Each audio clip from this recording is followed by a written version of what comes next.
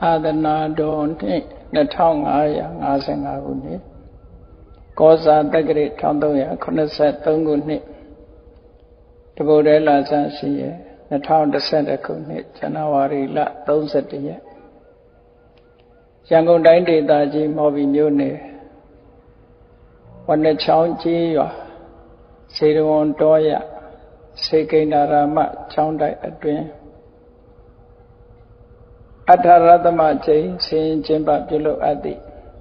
သာသနာတော်လုံးဆိုင်ရာရွှေကျင်နိကာယသံဃာအစည်းအဝေးကြီး၏ဓမ္မသဘင်အခမ်းအနား၌ဟောကြားအပ်သောစိတ်၌ဖြစ်ပွား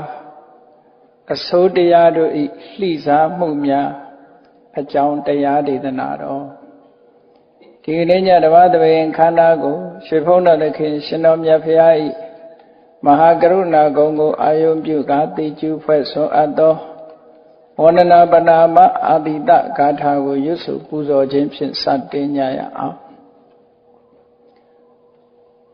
ယောကပကောတိဟိပိယပမေယံကာလံကရွန်တော်တိဒုက္ခရာနိခေရံကတောလောကဟိတယာနာထောနမောမာကာရုဏိကတတတ္တယောနာထောဝိနိယမြာစွာတတ္တဝါဤ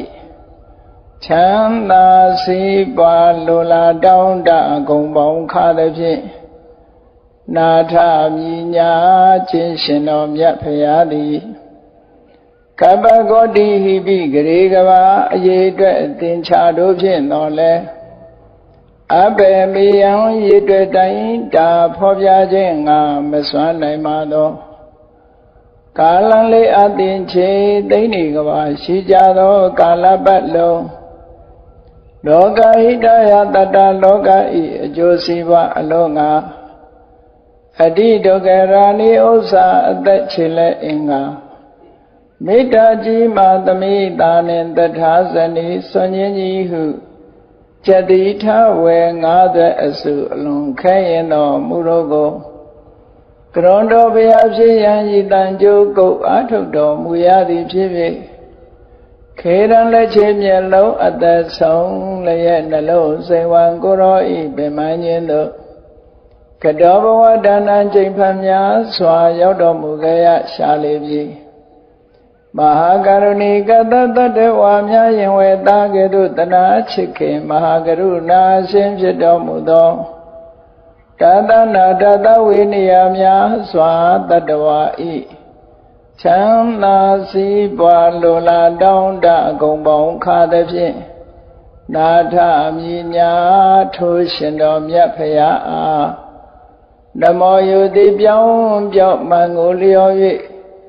ကရောယုကျိုးရှိခိုးခြင်းသည်အထုဘဝတုစင်စစ်မသွေဖြစ်ပါစေတည်း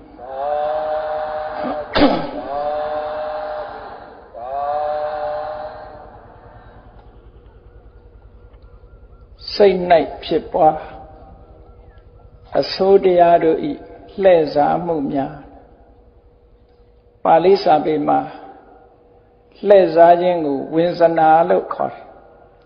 ဝိဇနာဆိုတာအစစ်နဲ့အတုအမှန်နဲ့အမှားဒီနှစ်ခုကြားမှာရောထွေးသွားအောင်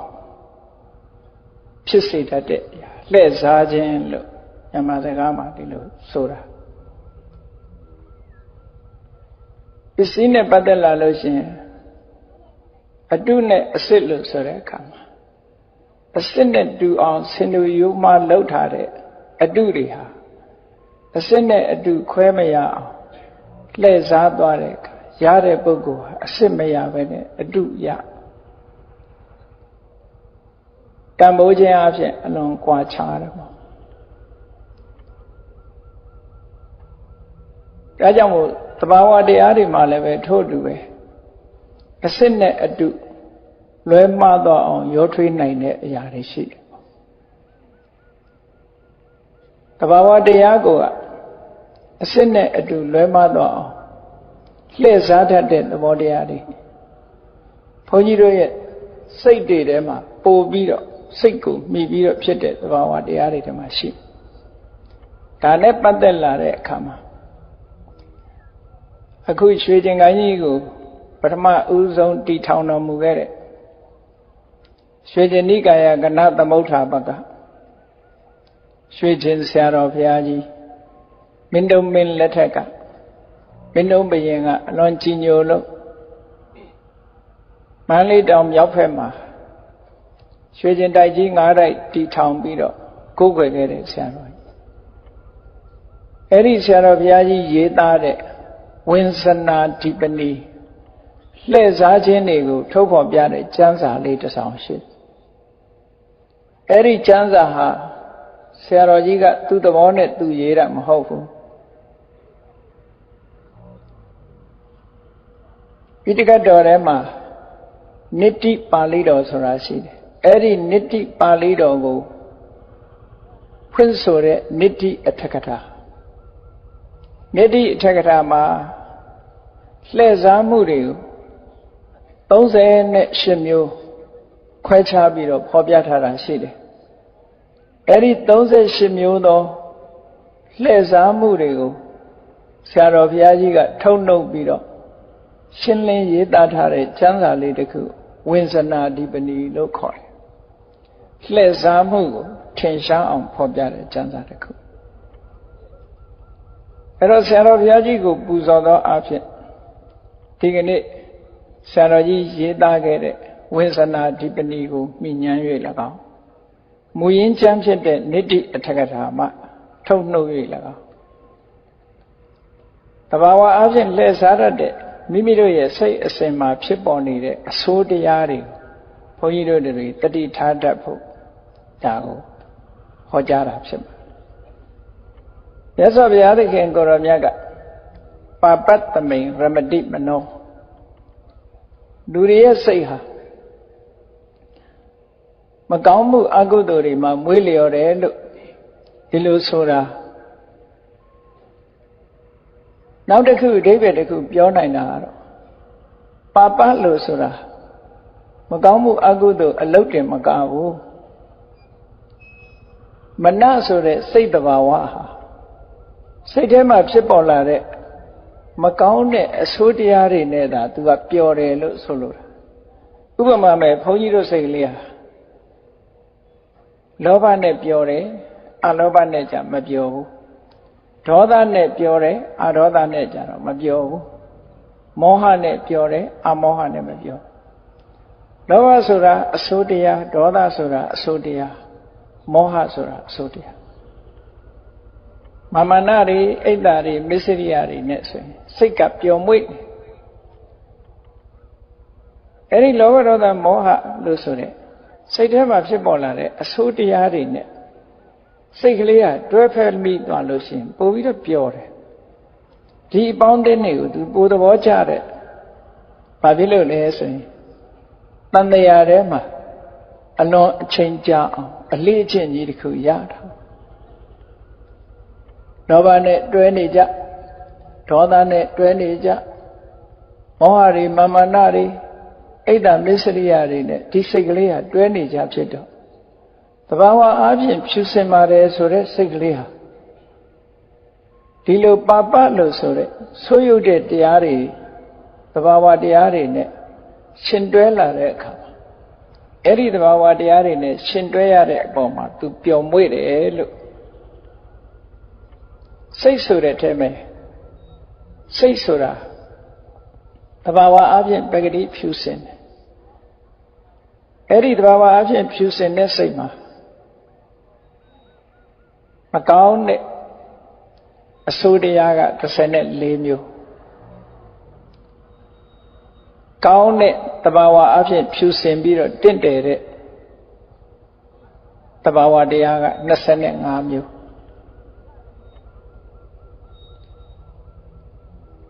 ကောင်းတဲ့နဲ့တွေ့ရင်ကောင်းတဲ့ဘက်လိုက်သွားတယ်မကောင်းတဲ့ဘက်ရင်မကောင်းတဲ့ဘက်လိုက်သွားတယ်ဆိုတဲ့သဘာဝတရားက13မျိုးအလုံးစိတ်နဲ့ရှင်တွဲပြီးတော့ဖြစ်တဲ့သဘာဝတရား52မျိုးရှိတယ်ပေါ့ဒါအဘိဓမ္မာသင်ထားတဲ့ပုဂ္ဂိုလ်တွေဆိုရင် တယုတ်နဲ့ကွာသိနိုင်တယ်ပေါ့စိတ်ကိုမှီပြီးတော့အကောင်းနဲ့လည်းတွဲတယ်အကောင်းလာလို့ရှိရင်အကောင်းနဲ့လိုက်လျောစွာနေတယ်အဆိုးလာရင်အဆိုးနဲ့လိုက်လျောစွာနေတယ်ဆိုတဲ့စေတသိက်မျိုးတွေကိုအညတမာနလို့ခေါ်တာခွဲခြားပြီးတော့ပြီးတယ်အဆိုးနဲ့လည်းတွဲတယ်အကောင်းနဲ့လည်းတွဲတယ်စိတ်ဖြစ်လို့ရှိရင်ဒီတဘာဝတရားတွေကအဆိုးလို့လည်းခေါ်လို့မရဘူးအကောင်းလို့လည်းခေါ်လို့မရဘူးအကောင်းတွေပါရင်အကောင်းဘက်ပါသွားတယ်အဆိုးတွေလာလို့ရှိရင်အဆိုးဘက်ပါသွားတယ်ဒီလိုဆိုလို့တာအဲ့ဒီအဆိုးတက်ဆိုတာကြတော့14မျိုးစိတ်ရဲ့အညစ်အကြေး14မျိုးသို့မဟုတ်အကုသိုလ်စေတသိက်14မျိုးအဲ့ဒီအကုသိုလ်စေတသိက်14မျိုးဟာစိတ်ထဲမှာအဖြစ်များတဲ့သဘောတရားတွေဖြစ်သောကြောင့်စိတ်ကအဲ့ဒီအကုသိုလ်စေတသိက်တွေနဲ့ပဲပျော်မွေ့တယ်လို့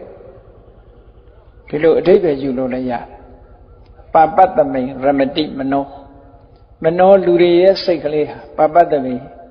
အဆိုးတရားများ၌သာရမတိပျော်ပိုက်တယ်လို့ဆို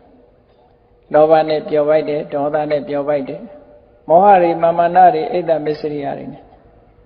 ပျော်ပိုက်တယ်လောဘနဲ့နေရတာရှင်းတတ်တယ်ဒေါသနဲ့နေရတာရှင်းတတ်တယ်မာမာနတွေအိတ်တမစ္စရိယတွေနဲ့နေရတာရှင်းတတ်တယ်လို့သူတို့ကိုအဆိုးမှန်းသိလို့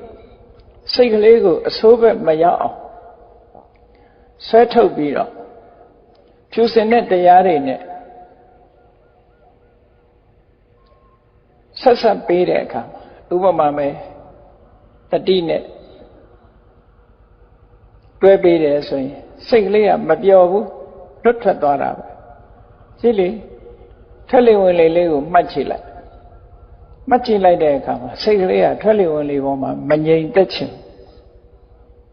ခါတိုင်းအာယုံရှိရဘက်ကိုသွားခြင်းပေါ့မပျော်တဲ့သဘောအမတန်မှထင်ရှားတယ်လောဘဖြစ်เสียအာယုံဒေါသဖြစ်เสียအာယုံလောဘနဲ့သွားရတာခြေနှက်တယ်ဒေါသနဲ့သွားရတာခြေနှက်တယ်မောဟတွေမာမာနတွေအိတ်တာတွေမစ္စရိယအကုသိုလ်တွေနဲ့စခန်းသွားရရင်သူခြေနှက်တယ်ဘာဖြစ်လို့လဲဆိုရင်အလေးအကျင့်ကြီးရနေတာအဲ့တော့အကောင်းနဲ့အဆိုးဆိုတာလူတွေရဲ့စိတ်ကိုအဆိုးဘက်ကိုရိုင်းနေတာဖြစ်တော့ကြောင့်အကောင်းဘက်ရောက်အောင်ကြိုးစားပြီးတော့ဆွဲတင်ပေးမှအကောင်းဘက်ဆိုတာရောက်တယ်အေးအကောင်းမို့တင်ထားတဲ့စိတ်ကလေးတောင်မှပဲတခါကြတော့အဆိုးတရားကအကောင်းရောင်ဆောင်ပြီးတော့လှည့်စားပြီးခေါ်သွားတာလေးတွေရှိတယ်ပေါ့လှည့်စားမှုလေးတွေအမတန်မှရင်လေးနဲ့လှည့်သွားတယ်အကောင်းနဲ့အဆိုးခွဲခြားထုတ်တတ်ဖို့အင်တမအရေးကြီးတယ်စိတ်ဆိုတာပင်ကိုအားဖြင့်ဖြူစင်တယ်လို့မြတ်စွာဘုရားဟောတယ်စိတ်ကိုထိမ့်သိမ်းဆောက်ရှောက်နိုင်ရင်စိတ်ကိုအဆိုးတရားတွေနဲ့မတွဲအောင်ထိမ့်သိမ်းထားနိုင်ရင်ကြီးမားသောအကျိုးကျေးဇူးရှိတယ်စိတ်တံခုတ်တံဒုက္ခဝါစိတ်ကိုအဆိုးတရားတွေနဲ့မတွဲအောင်လုံးခြုံထားရမယ်ထားပြီးဆိုလို့ရှိရင်ချမ်းသာဒုက္ခကိုဆောင်ယူပေးနိုင်တယ်လို့ဒီလိုဟောတယ်ထိုသုတ်တန်နေမှာလည်းပဲမြတ်စွာဘုရားစိတ်နဲ့ပတ်သက်ပြီးဟောတာတွေအများကြီးရှိတာပေါ့အဲ့ဒါလို့စိတ်ကိုထိမ့်သိမ်းဆောင်ရှောက်ဖို့ကြိုးစားတဲ့အခါမှာအဆိုးတရားတွေပဲအမြဲတမ်းရိုင်းပြီးတော့အဆိုးတရားတွေနဲ့ဆက်ဆံနေချဖြစ်တဲ့စိတ်ကလေးဟာမသိမသာအဆိုးတရားတွေဘက်ကိုရောက်သွားတယ်အကောင်းမော်တင်ပေးခြင်းကနေပြီးတော့အဆိုးတရားပေါ်ရောက်သွားတယ်ဒါကိုတတိထားတတ်ဖို့လိုအပ်တာပေါ့နော်ဒါကြောင့်မို့ဒီလှည့်စားမှုတွေကိုသိဖို့အမှန်တမ်းအရေးကြီးတယ်လှည့်စားတာကိုမသိလို့ရှိရင်အမှားကိုအမှန်ထင်ပြီးတော့ဆိုပါစို့တန်တရက်ကိုရည်ချင်ပြီးတော့ရွှေသမင်လိုက်တာဆိုတာလို့အဆိုးကိုအကောင်းထင်ပြီးတော့သွားမယ်ဆိုလို့ရှိရင်ဒုက္ခတွေနဲ့ရင်ဆိုင်ရတာပေါ့ဒီစိတ်ထဲမှာအဆိုးနဲ့အကောင်းနှစ်ခုရောနေတယ်ဆိုတဲ့အခါ ဘုန်းကြီးတို့တွေတန့်စင်ဖို့လဲအမှန်တမ်းအရေးကြီးတယ်အကောင်းတွေကိုထူထောင်ပေးခြင်းဖြင့်သို့မဟုတ်အဆိုးတရားတွေကိုဖယ်ရှားပေးခြင်းဖြင့်အကောင်းတွေကြီးပဲရရှိအောင်တန့်စင်ရအဲ့တော့စိတ်ကိုတန့်စင်အောင်လုပ်တယ်ဆိုတာလွယ်ကူတဲ့အလုပ်တော့မဟုတ်ဘူးတတ္တုတစ်ခုတန့်စင်တာတောင်မှပဲဤပညာနဲ့ငွေကြေးအကုန်ကြတော့ဓမ္မများတာကမ္ဘာမှာအမတန်တန်မိုးရှိလာပါတယ်ဆိုတဲ့ပလက်တီနမ်တို့ယူရေနီယံတို့ဆိုတာကျန်တဲ့ဓာတ်တွေနဲ့ရောနေလို့ရှိရင်သဘာဝအားဖြင့်သုံးပြုလို့စွမ်းအားသိမ့်မရှိဒါကြောင့်မို့လို့တန့်စင်ရရွှေဟာလဲဘော်တို့ကျွတ်တို့ငွေတို့ဆိုတာတွေနဲ့ရောနေတဲ့အခါမှာအသုံးချလို့လူတွေအသုံးပြုတဲ့တဝတ္တန်စာတွေလှုပ်ဖို့မဖြစ်ဘူးဒါကြောင့်မို့ရွှေကိုတန့်စင်ညခွဲထုတ်ရအညစ်အကြေးတွေကိုဖယ်ထုတ်ရတယ်တဘာဝရွှေအစစ်ရအမျိုးမျိုးတန့်စင်ပေးရအဲ့ဒါလိုပဲဘုန်းကြီးတို့တွေရဲ့စိတ်ကိုလည်းအဆိုးတရားတွေကိုကနေလွတ်သွားအကောင်းတရားတွေကြီးပဲအတန့်ကြံသွားအောင်စိတ်ကိုတန့်စင်ပေးရအဲ့ဒါလို့တန့်စင်ပေးတဲ့အခါမှာ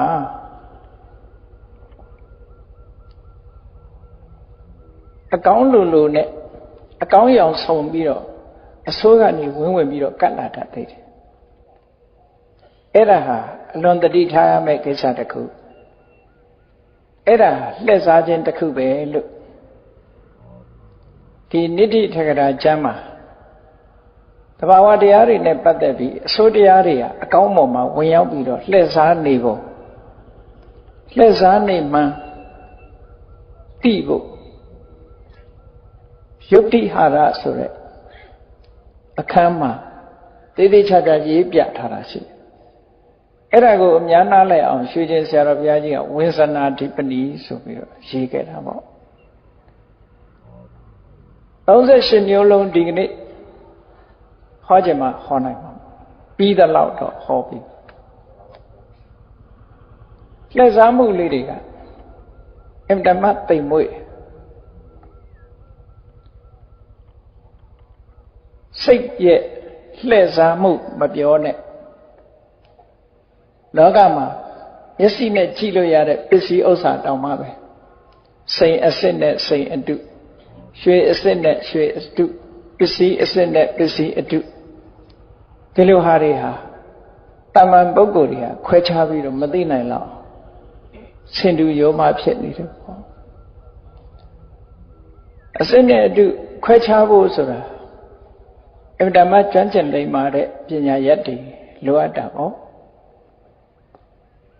အဲ့ဒါတဲ့ပိုခက်တာဘုန်းကြီးတို့တွေရဲ့စိတ်ထဲမှာဒါကအဆိုးတရားလားဒါကအကောင်းလားလို့ဆိုတာခွဲခြားပြီးတော့သိဖို့ရပိုအရေးကြီးတယ်တဲ့တန်လျာထိအောင်အဆိုးတရားတွေကိုအကောင်းထင်ပြီးတော့လက်ခံမိမယ်ဆိုရင်ဒုက္ခရောက်နိုင်တယ်ပေါ့ဒါကြောင့်ဒီလှည့်စားမှုတွေနဲ့ပတ်သက်ပြီးတော့ရေးထားတဲ့ဒီအချက်လက်တွေအလွန်ပဲစိတ်ဝင်စားစရာကောင်းတယ်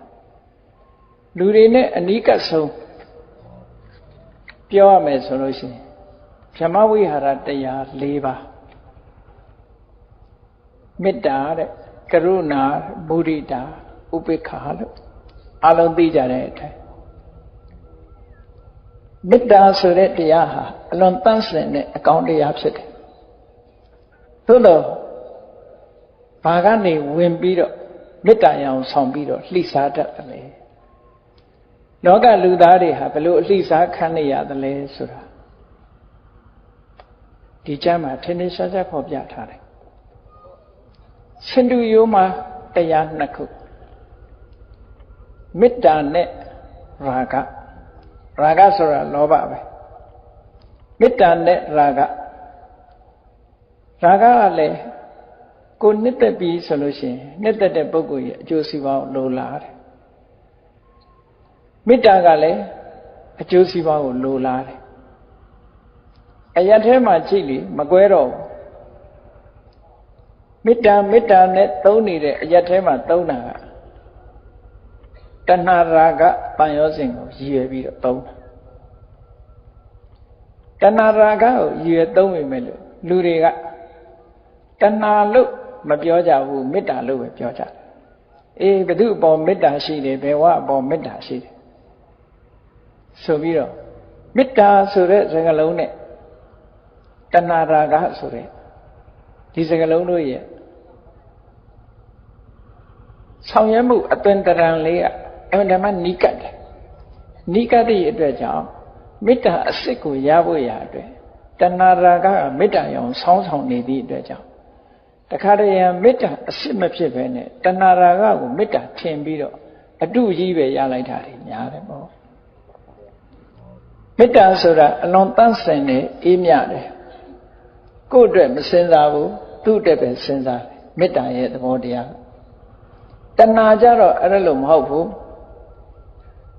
တစ်ဖက်သားကိုချစ်ခင်တာချင်းတူပေမဲ့လို့ကိုယ့်အတွက်စဉ်းစားလာတယ်စဉ်းစားလာတဲ့နောက်မှာပူလောင်လာတယ်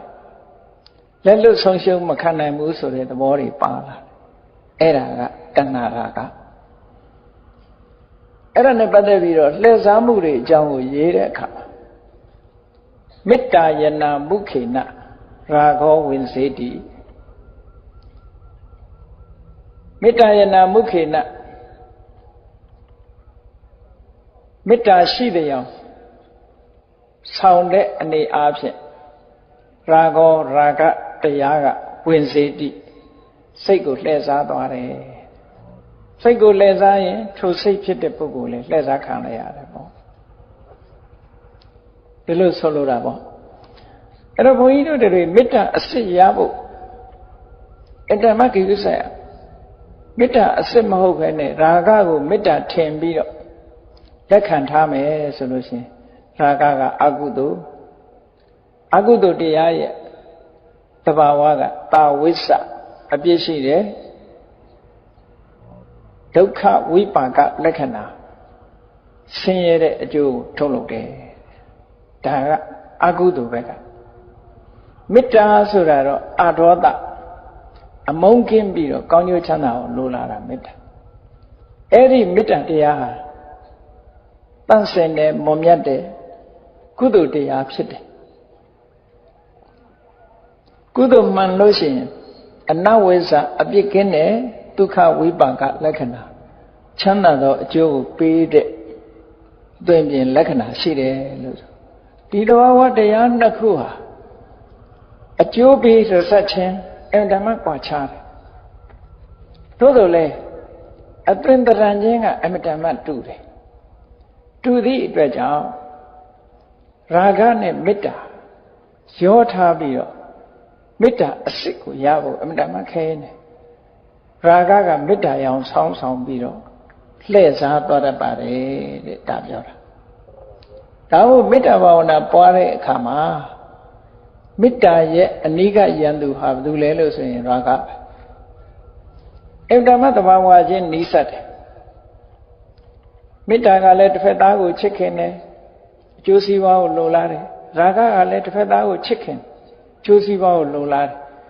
ဒီအချက်လေးမှာစင်စင်လေးဖြစ်နေတယ်ပေါ့စင်စင်လေးဖြစ်နေတော့မေတ္တာနဲ့ရာဂမကွဲပြားတယ်လို့ဖြစ်ပြီးတော့မေတ္တာလိုမေတ္တာလိုနဲ့တဏှာရာဂဖြစ်သွားတယ်ဒီလိုဆိုလိုတာနော်